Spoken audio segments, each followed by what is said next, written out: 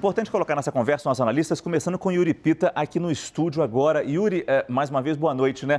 Pedro falou muito bem e a gente lembra, Ciro Gomes costuma se sair bem nessas entrevistas, domina como ninguém o assunto. Thaís Arbex também vai falar sobre essas sabatinas e esses impactos que a gente pode ter na campanha eleitoral. E daí eu te pergunto exatamente isso. Para Ciro Gomes, ainda dá tempo de uma recuperação? Esse pode ser um momento de virada ou é difícil falar nisso ainda? É difícil, né, Márcio? Não só pelo calendário em si, mas principalmente pelo nível que as outras duas candidaturas que estão liderando a corrida eleitoral, a do ex-presidente Lula e a do presidente Jair Bolsonaro, tem principalmente naquele número de eleitores convictos do seu voto. Cada um deles aí na faixa de 70% a 80%, conforme a depender do Instituto de Pesquisa, de eleitores seguros do seu voto. Ou seja, no caso de Lula, a gente está falando de quase 40%, mais ou menos. No caso de Bolsonaro, a gente está falando de um pouco menos de 30% de eleitores convictos, não do total de eleitores. Ou seja, é muita gente já com voto decidido. Nas últimas pesquisas, a gente viu 3 em cada 4 eleitores com convicção de voto. E o que a gente percebe dos eleitores de Ciro Gomes é o oposto.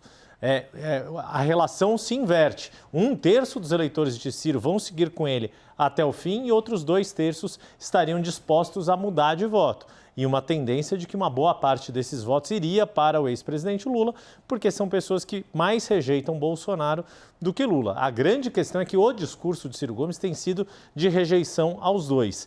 E como a gente tem falado, da mesma forma que ontem, muita gente estava tendo não um primeiro contato com o presidente Jair Bolsonaro, mas pegando ali, fazendo um balanço do que foi o seu governo a partir daquela entrevista. Quem não acompanha a política no dia a dia, muita gente pode inclusive estranhar esse discurso tão forte contra Bolsonaro e contra Lula por parte de Ciro Gomes. Para aquele eleitor que não está acompanhando diariamente as entrevistas, a forma que os candidatos estão se posicionando, que depende da exposição na TV aberta, seja na entrevista do Jornal Nacional, seja na propaganda eleitoral oficial, que começa só no fim de semana, pode ser até um pouco surpreendente esse discurso tão forte de Ciro, não só contra Bolsonaro, que aí é do campo desde 2018, mas também contra o ex-presidente Lula, de quem ele inclusive foi ministro no primeiro mandato. Como você está falando tanto do presidente Bolsonaro, e ontem ele foi entrevistado no Jornal Nacional, eu queria ter a sua visão sobre aquela entrevista, principalmente porque hoje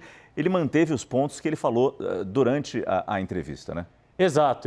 Muito do que ele falou ontem no Jornal Nacional, ele reiterou numa fala ali aberta durante esse almoço que você mencionou agora há pouco, Márcio, com os empresários do Grupo Esfera. A Thaís Arbex também tem informação sobre como foi esse evento, mas de qualquer modo, o presidente, na hora de falar ali no microfone, a gente viu a imagem que teve um momento ali de fala pública, preferiu fugir das polêmicas e seguir na mesma toada que fez no Jornal Nacional. E aí é importante que ele estava ali com uma comitiva bastante grande, no todo 25 pessoas, entre os empresários eram 40, e além dos ministros que a gente viu na imagem que a gente mostrou, estavam os 3 filhos de Jair Bolsonaro o acompanhando. O senador Flávio Bolsonaro, o vereador Carlos Bolsonaro do Rio e o deputado Eduardo Bolsonaro. E aí a gente tem Paulo Guedes e também o Tarcísio candidato ao Gomes governo. Freitas, que também foi a tiracolo o candidato do Republicanos ao governo do estado de São Paulo. É importante ter a Thaís Arbex também, Thaís, até para ter a sua visão sobre a fala do presidente Bolsonaro, mas falando em termos geral, em termos de campanha, ver como você quer distribuir esse seu comentário, principalmente sobre essa preferência que os candidatos claramente demonstram para fazer campanha na região sudeste. E vai ser assim a campanha inteira, né? Márcio, a região sudeste concentra alguns dos principais colégios eleitorais do país. São Paulo, entre eles, mas eu ainda destaco mais especificamente Minas Gerais.